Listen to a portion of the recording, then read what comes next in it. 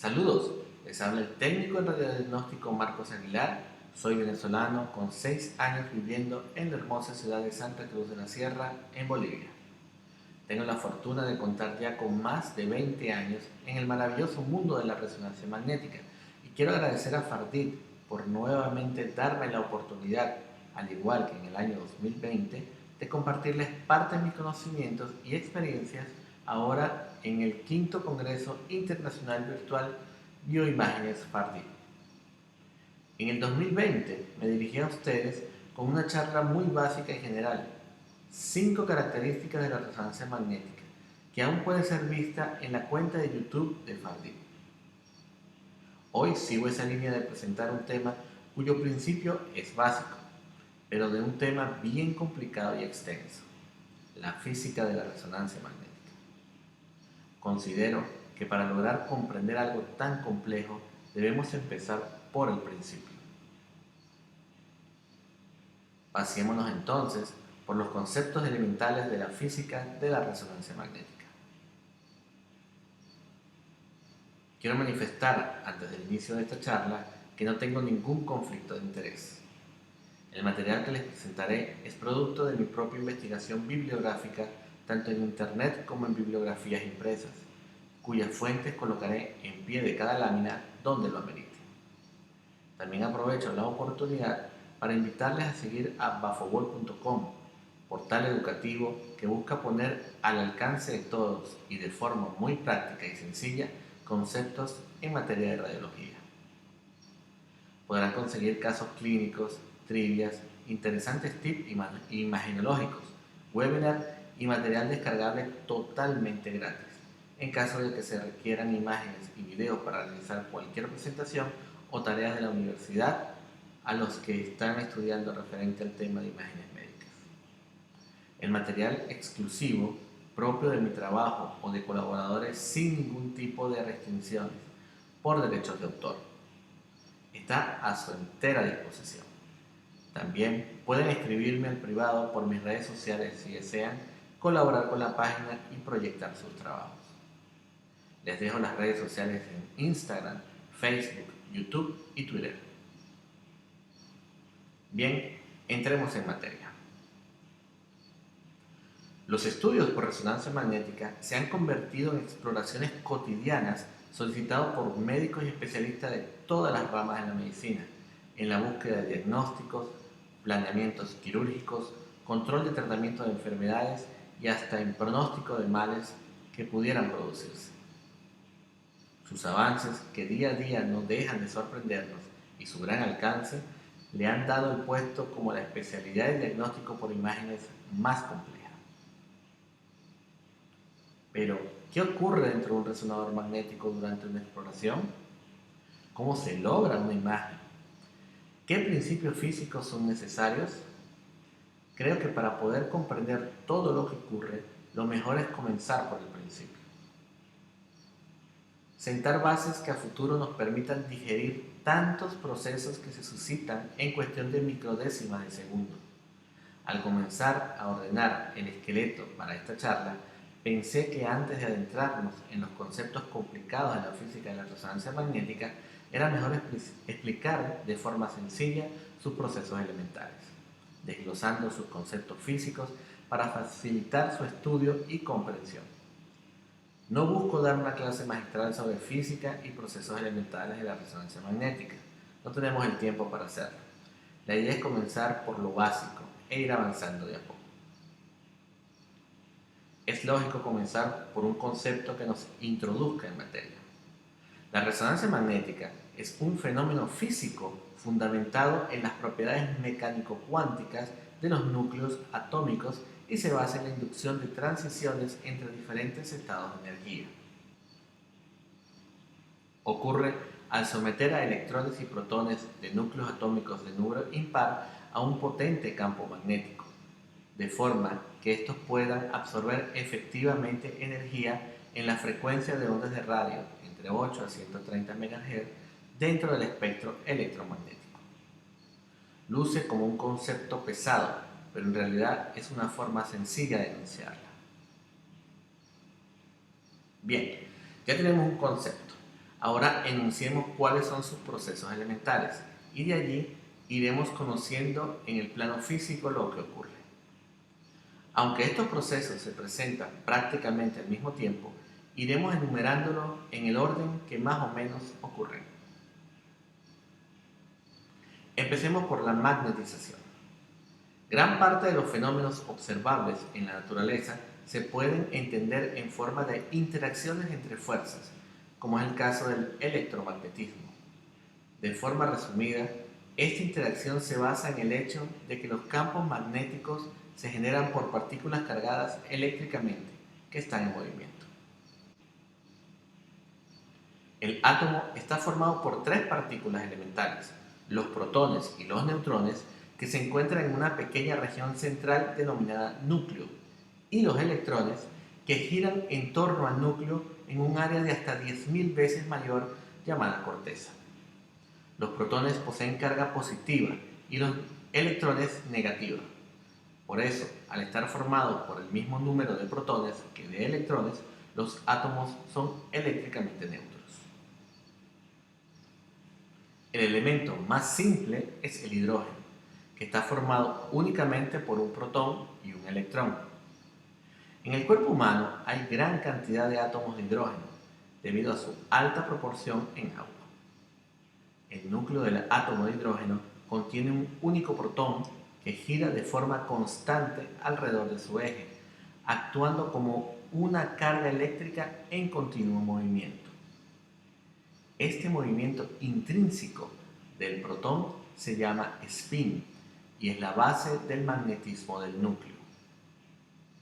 Cuando el átomo de hidrógeno no se ve sometido a una fuerza externa, muestra una disposición totalmente aleatoria apuntando en cualquier dirección del espacio. Así, globalmente existe una anulación mutua y se da equilibrio electromagnético. Cuando se somete a un paciente a un campo magnético, los protones de los átomos de hidrógeno presentes en los tejidos, que se comportan como pequeños imanes, se alinean con dicho campo magnético, unos en paralelo, en la misma dirección del campo magnético, y otros en antiparalelo, o sea, en la dirección opuesta al campo magnético. A este fenómeno le llamamos magnetización. Una vez alineados los protones, son estimulados con una onda de radiofrecuencia a la misma frecuencia que la del protón de hidrógeno, y estos cambian su orientación, es decir, los protones entran en resonancia. La resonancia es una transferencia de energía entre dos sistemas que oscilan en la misma frecuencia. El protón, por su parte, no estalla, aunque entra en resonancia si es excitada por una onda de radiofrecuencia, cuya longitud de onda corresponda exactamente a su frecuencia de precesión, llamada también frecuencia del Larmor. Dicho más sencillamente, el protón ya alineado al campo magnético es excitado por una onda de radiofrecuencia que oscila en la misma frecuencia del hidrógeno, 68.8 MHz en campos de 1.5 teslas. Esta excitación lo saca de su posición inicial y al cesar el estímulo de dicha onda, el protón entra en el siguiente proceso, que es la relajación. La energía que los protones absorben al excitarse se restituye cuando vuelven a su estado de equilibrio. En la relajación, la señal resultante se capta en forma de una onda de radio que puede analizarse. Pasamos entonces a recibir esa energía en forma de ondas y son captadas por las diversas antenas receptoras del equipo. El principio de la producción y de la recogida de esta señal constituye la base de la resonancia magnética nuclear. A continuación, ocurre la codificación espacial. Aquí entran en juego los gradientes de campo que codifican la señal en espacio, frecuencia y fase para localizar una parte de anatomía y situarla espacialmente en una imagen bidimensional. Estos envían pulsos de radiofrecuencia con el fin de producir variaciones en el campo magnético a lo largo de una determinada distancia de manera lineal. La producción de campos magnéticos locales dentro del campo magnético principal rompe la homogeneidad y causa distorsiones de las fuerzas electromagnéticas, provocando cambios en la frecuencia de precisión de los protones. Esto significa que en un extremo del imán, unos protones tienen una frecuencia determinada, mientras que en el otro extremo, los protones tienen otra frecuencia de precisión diferente, lo que hace posible localizar la señal según la localización del tejido en relación con el campo magnético. Es así como se logra la selección de corte y el grosor del corte, el plano del corte, bien sea coronal, axial o sagital, y la ubicación exacta del mismo en el campo magnético. Una vez que los gradientes han medido un número de veces los momentos magnéticos de los espines a través de la frecuencia y la fase, es momento de guardar los datos de la señal para su posterior proceso en el ordenador del resonador. A este espacio abstracto se le denomina espacio K. Hasta ahora, la señal recogida es analógica, debido a que la señal proveniente del cuerpo humano es analógica. Y si se almacena en el espacio K y se ordena de forma que los datos al centro del espacio K determinan el contraste y los datos que se disponen a la periferia determinan la resolución de la imagen. Ya tenemos entonces la data cruda o la llamada raw data de nuestra imagen. Mediante procesos matemáticos muy complejos, los datos ordenados del espacio K se transforman en señal digital gracias a la transformada de Fourier. Trataré de explicar este complejo procedimiento apoyándome en un ejemplo sencillo que conseguí en el portal web conceptosclaros.com/transformada de Fourier. Ya tenemos los datos analógicos almacenados y ordenados en el abstracto espacio K. Ahora, el siguiente paso es darle a cada señal un valor binario para convertirlos en datos digitales que nos dé como resultado una imagen digital. Pero, ¿cómo discriminar cada dato almacenado en el espacio K para darle un valor binario correspondiente a cada uno y así poder formar una imagen digital coherente? Aquí entra en juego la transformada de Fourier, que no es más que un sistema que permite el poder pasar de la serie temporal de datos contenidas en el espacio K a un espectro de frecuencias. He aquí el ejemplo sencillo. Imagina una crema de verduras donde todo está mezclado. No sabes si comes calabacín, cebolla, patata o qué es realmente. Una vez en la boca ya ni lo sabes. El gusto final es la suma de muchos gustos. La crema de verduras es el espacio K en nuestro ejemplo.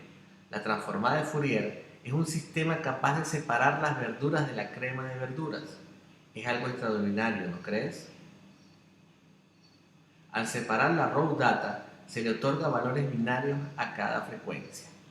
Una imagen digital puede entenderse como una señal discreta bidimensional, de forma que su serie de Fourier es una suma finita de senos y cosenos. Para obtener la imagen original será preciso sumar todos los términos de la serie. Al final se aplica una fórmula inversa de Fourier para filtrar la nueva data binaria y concluir con una imagen digital basada en los datos recogidos del eco del protón. Ahora bien, ya hemos tratado de explicar el proceso de obtención de datos brutos o raw data y cómo mediante complejos procesos matemáticos se forma la imagen digital. Pero, ¿qué determina la característica de esa imagen? Y por sobre todo, ¿qué le da a la imagen de resonancia magnética la variedad de características que produce y otorga a cada tejido, en particular, haciéndola única en su estilo entre todas las formas de diagnóstico por imágenes? Aquí hacen su entrada los protagonistas indiscutibles de esta película, las secuencias de pulso. Las secuencias de pulso son la base de la resonancia magnética. La combinación de los parámetros ajustables de R, de E, tiempo de inversión y gradientes permiten obtener imágenes de contrastes diferentes de los tejidos. Hay dos grandes familias de secuencias de pulso. De ellas parten todas las secuencias que utilizamos en los distintos protocolos.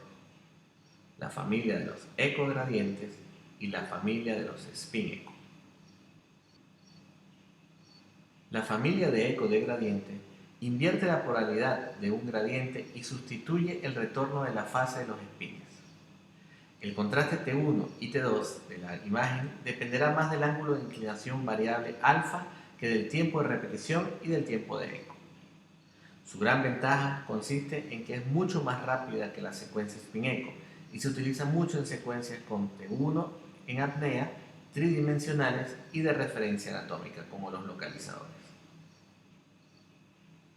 La familia spin-eco se caracteriza porque el impulso de radiofrecuencia de partida hace bascular al vector que representa la suma de los protones y va seguido de un impulso de puesta en fase a 180 grados que vuelve a poner en fase a los spines y permite obtener un eco de señal. Las ventajas de la secuencia spin-eco es su poca sensibilidad a los artefactos, es de muy buena calidad y da verdadero contraste a la imagen de T2. Su principal inconveniente es lo largo del tiempo en obtenerse. Para finalizar, quiero agradecer al profesor Juan Chacaltana Alejos, que aunque no lo conozco, esta lámina de su charla sobre codificación espacial en el curso de nociones básicas en resonancia magnética de Fardit inspiró esta presentación. Aprovechémosla y a modo de resumen entonces, aprendimos que en un campo magnético controlado, la magnetización se da al introducir un cuerpo en él, logrando que sus protones se alineen en dirección del campo magnético. Luego, excitamos al protón con una onda de radiofrecuencia desfasándolo. Esperamos a que se relaje y tomamos esa señal con que retorna a su posición inicial. Sabiendo previamente el lugar exacto anatómico de donde viene, y la almacenamos en un espacio abstracto en forma de señal analógica denominado espacio K. De allí, mediante complicados y complejos cálculos matemáticos, separamos cada señal proveniente de las ondas inusuales básicas gracias a la transformada de Fourier, dando valores binarios a dicha señal, digitalizándola y logrando sea comprensible al ojo humano y de fácil manipulación por computadora. En paralelo, el contraste o característica de esa imagen las dan las secuencias de pulso, con sus dos familias eco de gradiente y spin eco, que son de donde se desprenden todas las secuencias que se utilizan en un estudio de resonancia magnética. Son procesos muy complicados y poco sencillos, pero de esta manera comprendí fácilmente el intrincado camino de la física de la resonancia magnética y quise compartirlo con ustedes. Agradezco nuevamente a Fardit por la oportunidad de presentarles esta disertación y esperando haya sido de su agrado y sirva a colaborar con un humilde grano de arena en la formación de nuevos colegas. Les invito nuevamente a darse un paso por mis redes sociales donde todos son bienvenidos.